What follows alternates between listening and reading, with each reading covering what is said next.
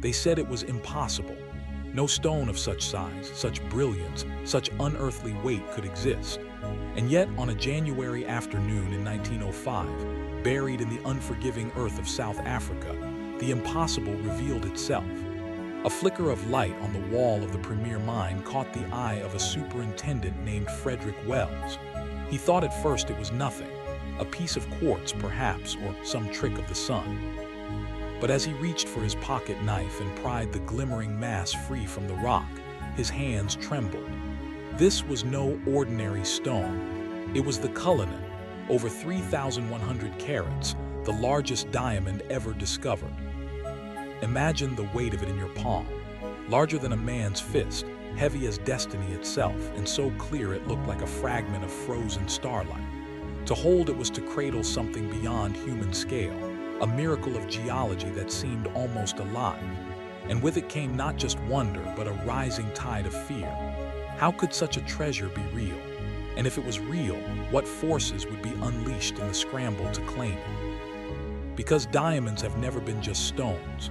They are currency, symbols, weapons of power. They have toppled rulers and crowned kings. They have inspired devotion, betrayal, theft, and murder. And this diamond, this singular, colossal gem, was destined to carry the weight of an empire. At first, the miners whispered it was a hoax, too perfect to believe. Some said it was cursed, a jewel too large for human hands, bound to bring ruin. But word spread like wildfire, and soon the Cullinan was no longer a secret. News traveled from the dusty mines of Pretoria to the polished halls of London. The British Empire, vast and hungry for symbols of its dominance, now had a chance to claim the Earth's greatest jewel as its own. But beneath the shimmer of its brilliance lies a darker story. South Africa, a land rich with resources, was already bleeding under colonial control. Every diamond pulled from its soil carried not just wealth, but the silent screams of the dispossessed. For the empire, the Cullinan was treasure. For the land that birthed it, it was a reminder of loss. And yet, in this paradox, the stone's myth only grew. The Cullinan would not simply be worn, it would be weaponized. Cut and polished, it would be transformed into symbols of monarchy, embedded in crowns and scepters to remind the world who ruled and who obeyed. Its brilliance would blind, even as its shadows deepened. This is the story of how one diamond, discovered by chance, became a billion-dollar legacy. A story of theft disguised as generosity, of power cloaked in glitter, of a single stone reshaped into 9 jewels that crowned an empire. It is a tale where fortune and betrayal walk hand in hand, and where history itself was cut as carefully as the diamond's facets. And as we trace the Cullinan's journey, from the mines of Africa to the coronation thrones of Britain, you'll see that every sparkle hides a scar, because sometimes the brightest jewels shine over the darkest truths. If this opening made you stop scrolling, trust me, you're not going to want to miss what comes next. Make sure to subscribe before we dive deeper into the true story of the Cullinan, the diamond that crowned an empire. It was an ordinary afternoon in January 1905 when Frederick Wells, superintendent of the premier mine near Pretoria, noticed a strange gleam in the rock wall. For years he had walked that ground, through dust and sweat, among the endless rhythm of picks striking stone, carts rattling with ore, and men bent low under the sun. Diamonds were not rare in this place. South Africa had already yielded fortunes to the British Empire. But this glimmer was different. It seemed to glow, even in the dull light of day, as if it were a shard of moonlight lodged deep in the earth. Wells pulled out his pocket knife and dug the mass free. The stone was enormous, almost absurd in its size. Over 3,100 carats, larger than any diamond humanity had ever seen. When he first held it in his hands, he thought it must be a joke, a lump of glass perhaps, or quartz, something planted in the rock to trick him. But no, its edges refracted the light with an icy brilliance that made men stop in their tracks. Word spread quickly, murmurs swelling into disbelief. The mineworkers gathered around, some staring in awe, others whispering of curses. Could such a stone be real? Could the earth produce something so impossibly vast? At the time, South Africa was a land of contradictions. Rich with resources yet scarred by exploitation, it was a place where fortune and suffering coexisted in brutal harmony. The premier mine itself was named after its owner, Sir Thomas Cullinan, a man whose empire of stone stretched across the land. For him, the discovery was validation. The mine he had invested in against all skepticism had produced the greatest diamond the world had ever seen. His name would forever be tied to it. But for those who toiled in the dust, the Cullinan was no miracle. It was a reminder of what they would never hold, wealth that would never belong to them. For the miners, it was a strange and dangerous omen.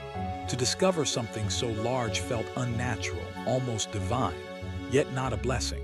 Some believed it was too perfect, too powerful, a stone destined not to enrich but to curse.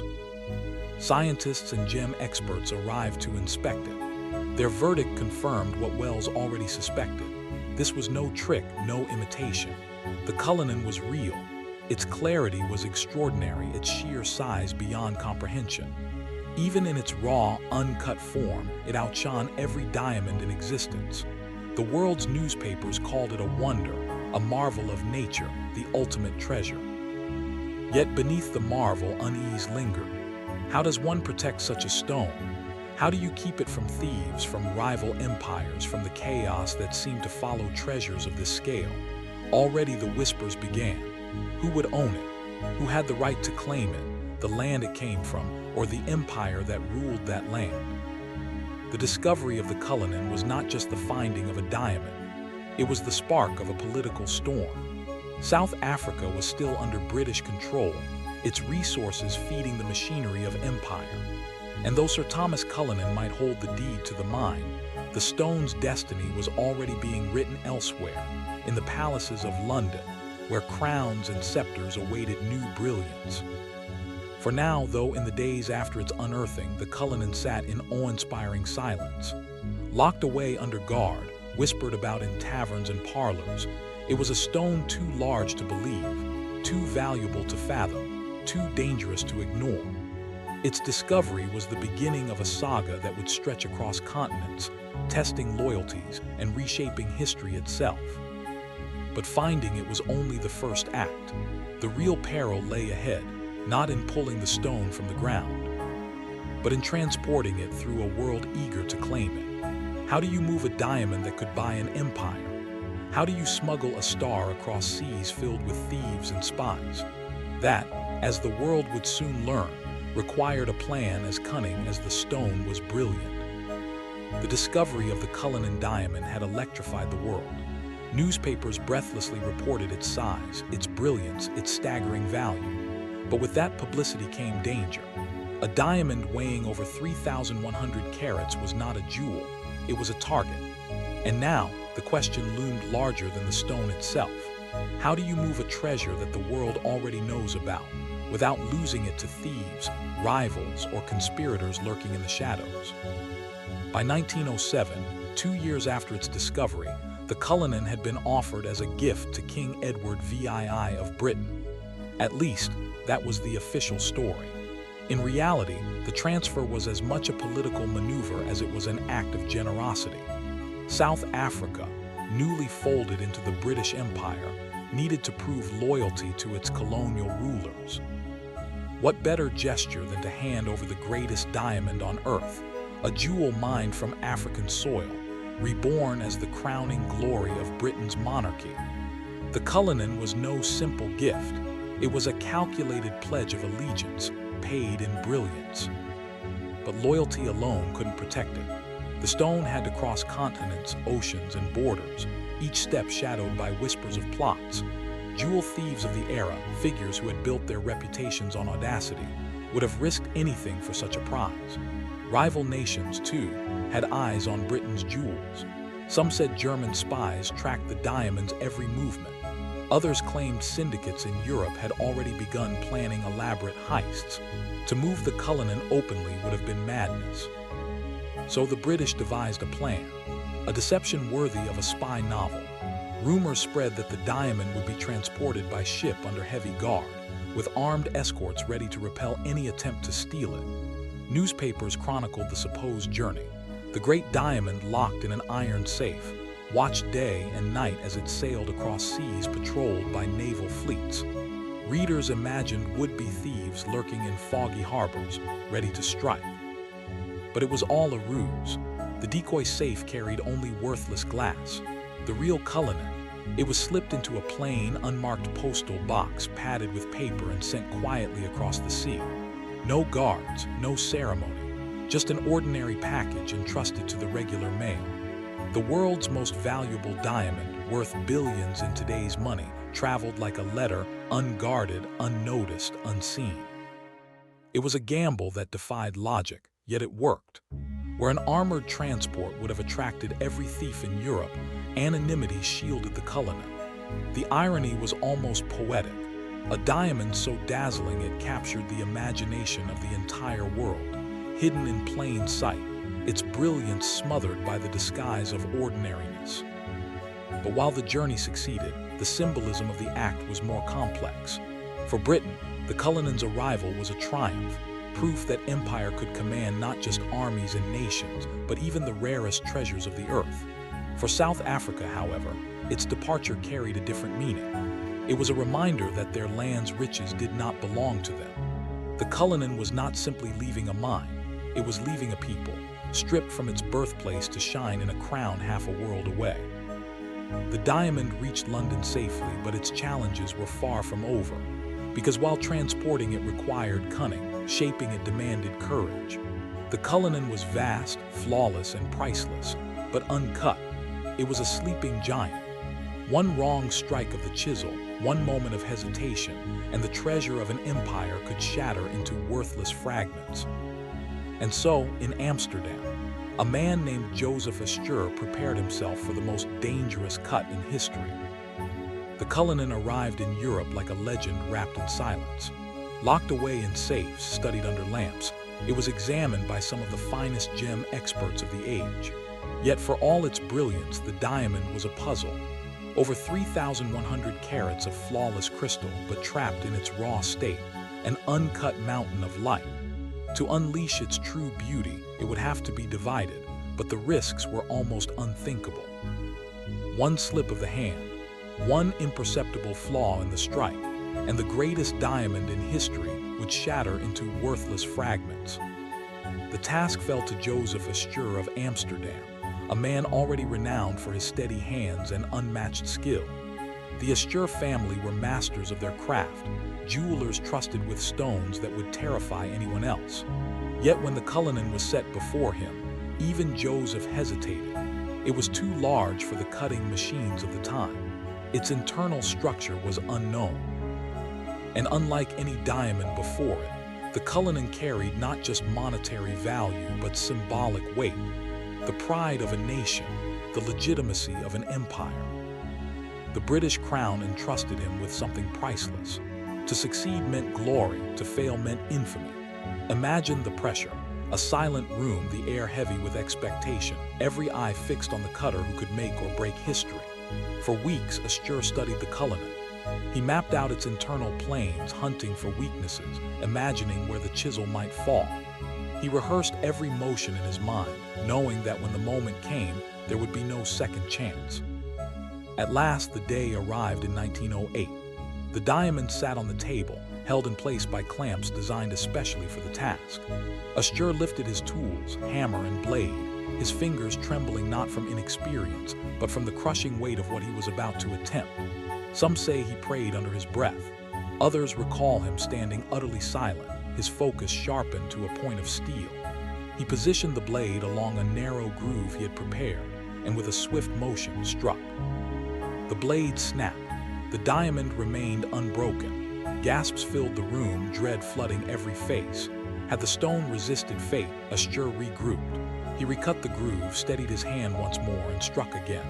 This time the Cullinan split cleanly into two massive stones. For a moment, silence reigned. Then relief, awe, disbelief. Against all odds, the impossible had been achieved. The uncuttable diamond had yielded. Legend has it that Astur, overcome with the magnitude of the moment, fainted on the spot. Whether truth or myth, the story endures because it feels inevitable.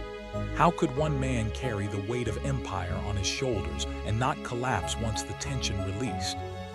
From that first strike, the Cullinan's destiny began to unfold.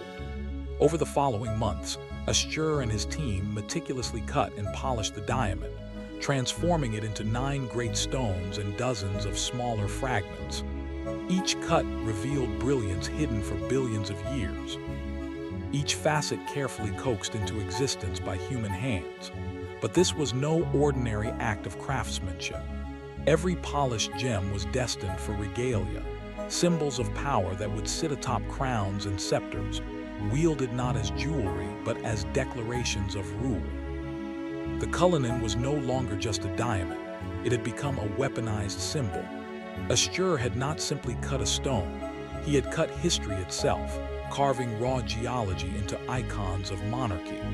And while the diamond dazzled the world, the question lingered: what price had been paid for such brilliance? When Joseph Astur's hammer struck true and the Cullinan surrendered its secret brilliance, the diamond was no longer a single, unyielding mass. It was transformed into parts, 9 great stones, each one a monarch's dream, each one destined to outshine the crowns of history. From a single giant were born the stars of Africa, dazzling fragments of eternity that would become the heart of Britain's royal regalia. The largest of these, Cullinan I, known as the Great Star of Africa, was cut to weigh over 530 carats, its sheer size still unmatched by any other clear-cut diamond in the world. It was mounted in the sovereign scepter with cross, a rod of authority carried by kings and queens during coronation. In its brilliance, the British crown presented more than beauty, it presented dominance. The scepter itself, already a symbol of divine rule, now contained within it the earth's greatest jewel, as if to declare to the world that no power was higher, no empire more unshakable. The second great stone, Cullinan II, the second star of Africa, was set into the imperial state crown, worn by monarchs at state occasions, paraded before subjects and rivals alike. Weighing over 300 carats, it sat at the front of the crown like a beacon, surrounded by a constellation of other historic diamonds. For those who gazed upon it during ceremonies, it was more than glittering stone. It was theater, designed to awe subjects, dazzle visiting leaders, and reinforce the narrative that Britain's monarchy was eternal, chosen, untouchable. The other Cullinan stones were divided across brooches, necklaces, and lesser crowns, gifts passed down through royal generations. Queen Mary wore them proudly. Queen Elizabeth II made them iconic. Each stone was not just a jewel but a lineage, a fragment of Africa rebranded as a symbol of Britain's divine rule. Their names carried weight. Cullinan III and IV, sometimes called the Lesser Stars of Africa, were worn together as a brooch so heavy it became infamous. Cullinan V, VI, VII, VIII, and IX found their homes in pendants and diadems, sparkling fragments of an empire's story. But here lies the darker irony. What glittered on coronation robes and royal portraits was born of colonial soil, wrested from a land that never consented to its departure. To the British, the Cullinan jewels were a dazzling affirmation of empire, proof that the sun would never set on their power. But to South Africans, the gems were a constant reminder of resources stripped away, of riches shipped overseas under the banner of loyalty and gift-giving, but shadowed always by the truth of subjugation. The symbolism was deliberate. By breaking the diamond into 9 parts, Britain ensured its empire would not just possess the greatest stone, but command it, reshape it, divide it according to its will. What had once been a singular marvel of nature was transformed into man-made icons of control. The empire did not simply inherit the diamond, it weaponized it. Every sparkle from crown to scepter whispered the same message. Britain rules not just by sword and law, but by divine brilliance carved from the heart of the earth itself. And yet the more the Cullinan dazzled, the longer its shadow grew, because every jewel cut from its body told 2 stories at once, one of majesty and permanence and another of extraction and loss. The splendor of coronation crowns was bought with silence from the land that birthed them, and though the world gasped at their beauty, beneath the sparkle lay unanswered questions: who truly owned these jewels, and who had been forced to give them away? On the surface, the Cullinan diamond seemed a glittering gesture of goodwill, a magnificent gift from South Africa to the British Crown. But history has a way of revealing the shadows cast by brilliance. For many, this so-called offering was not generosity at all, but betrayal dressed in jewels. To understand its legacy, we must peel back the polite words of diplomacy and listen instead to the whispers that still echo across time. In 1907, when the Cullinan was formally presented to King Edward VII, it was framed as an act of unity, a gesture to strengthen ties between colony and empire. South Africa's government leaders claimed it was their way of proving loyalty, of binding themselves closer to Britain. But beneath the ceremony was an unspoken truth. Loyalty extracted under pressure is no loyalty at all. The gift had been debated fiercely, its cost not paid by the people who mined the land, but by those who ruled it. The colonized had no voice in the decision. The greatest diamond their soil had ever produced was stripped from them and handed to the very empire that profited from their subjugation. To Britain, the Cullinan was a triumph, a narrative of generosity and kinship, proof that the colonies adored their monarch. To South Africans, however, it became a symbol of loss, another chapter in a long story of wealth leaving their shores, while poverty and struggle remained behind. For them, the Cullinan was not a gift but a theft disguised as courtesy. Even the act of cutting the diamond was laden with irony. Divided into 9 magnificent stones, the Cullinan seemed to mirror the division of colonies across the globe. What had been whole was broken, parceled out, each piece becoming a jewel of power in British regalia.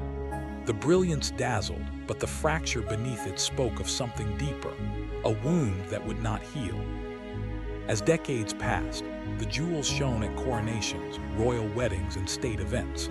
They were polished symbols of tradition and continuity, meant to assure the world that Britain's monarchy was eternal. Yet outside the palace walls, the world was changing.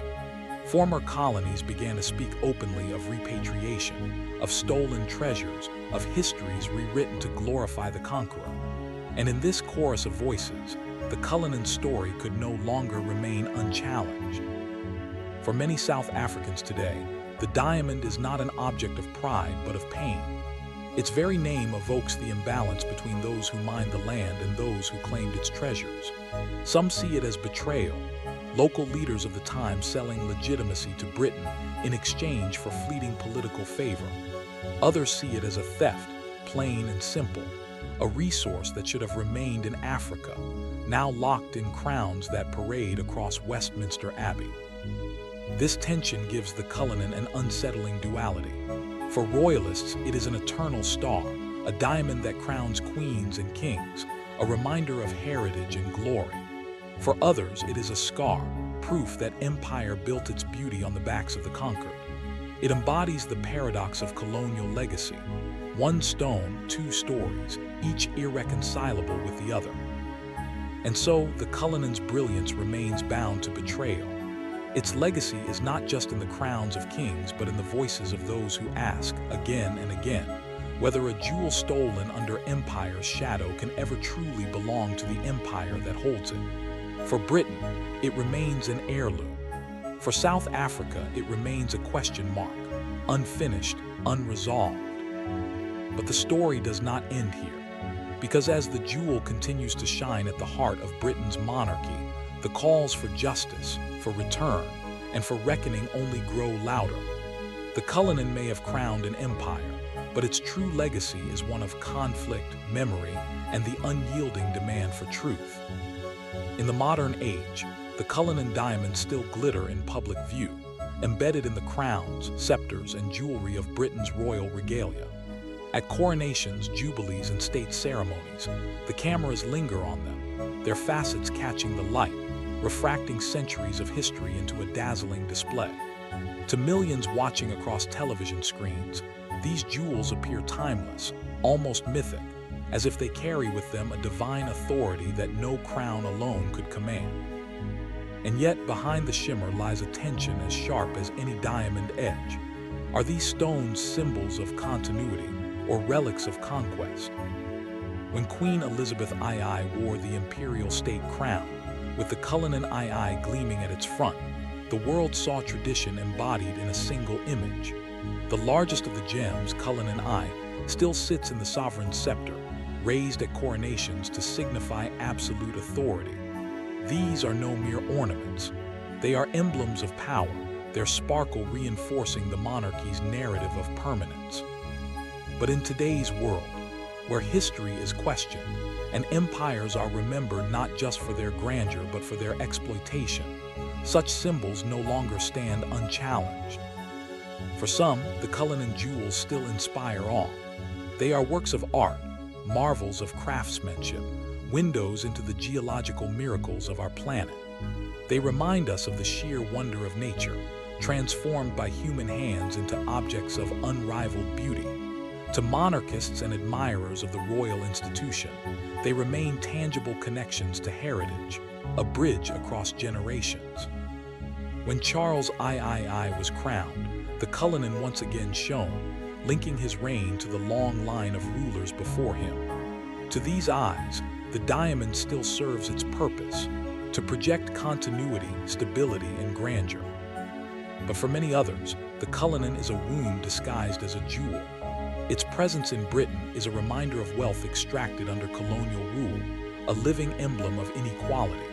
Critics ask, why should the most extraordinary stone ever found in Africa reside in London? Why should it crown kings and queens while the land it came from still grapples with poverty, inequality, and the scars of colonial exploitation? The debate is not just about a diamond. It is about ownership, memory, and justice. Activists and historians argue that the Cullinan should be returned to South Africa, not as retribution, but as restoration.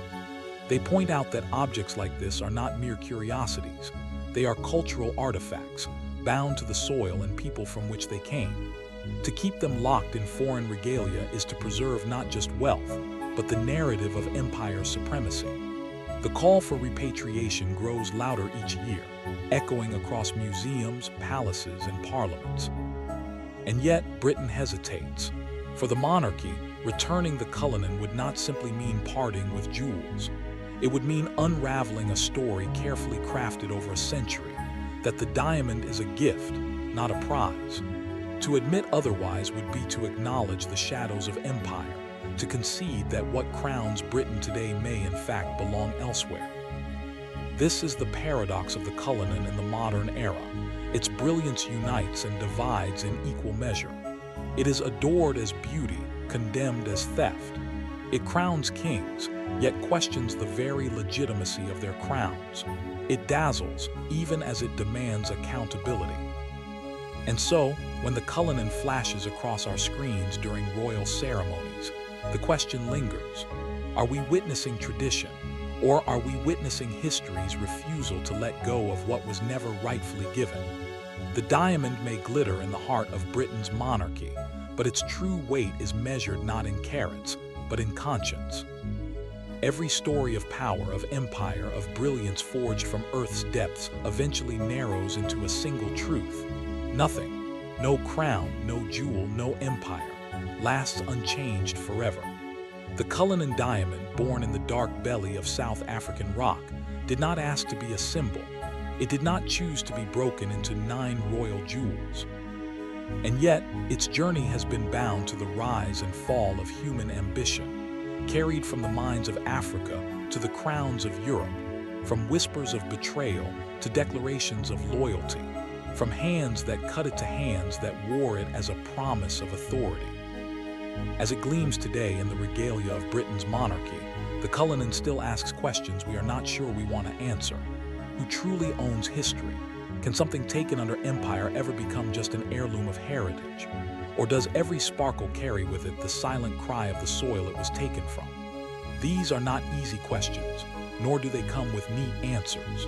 But they are questions that matter, because they force us to look beyond the glitter and confront the cost of legacy. Perhaps in its brilliance, the Cullinan reflects more than just light. Perhaps it reflects us, our capacity for wonder and greed, our hunger for permanence and our fear of loss, our ability to create beauty and our history of burying pain beneath it. The diamond story is not finished, not while its presence in the crown jewels continues to ignite debate, inspire awe, and spark resentment in equal measure. Its brilliance reminds us that the legacies we inherit are never simple, never unbroken. And so before you go, ask yourself, when you see the Cullinan, do you see majesty or memory, treasure or testimony, a symbol of continuity or a fragment of conquest? The answer will not only define how we see a diamond, but how we see ourselves in the long shadow of history. If this journey into the world's most extraordinary diamond left you questioning, reflecting, or simply captivated, don't let the story end here. Like, share, and subscribe, because the past still has many secrets to reveal, and together we'll keep uncovering them, one story at a time.